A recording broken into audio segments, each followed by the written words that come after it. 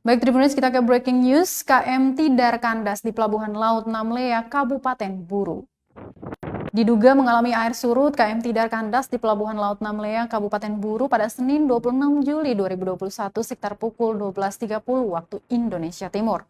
Pantauan tribunambon.com di lokasi hingga pukul 16.40 waktu Indonesia Timur, KM Tidar masih kandas di sisi kanan pelabuhan dan tidak bisa melakukan manuver.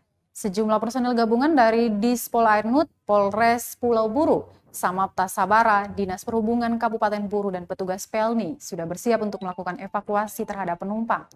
Hingga saat ini belum ada informasi yang diberikan dari pihak Pelni terkait dengan insiden kandasnya KM Tidar.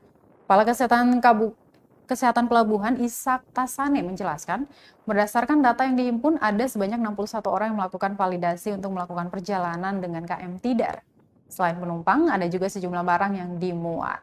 Dia melanjutkan insiden terjadi kandas KM Tidar sekitar pukul 12 waktu Indonesia Timur.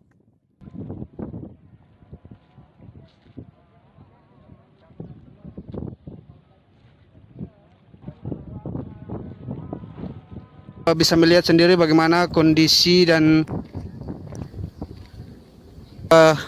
sejauh ini masih dilakukan rapat koordinasi dari Pelni dan sejumlah instansi. Apakah para penumpang ini akan dilakukan evakuasi atau tidaknya?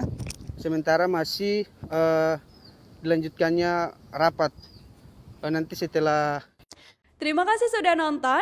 Jangan lupa like, subscribe, dan share ya.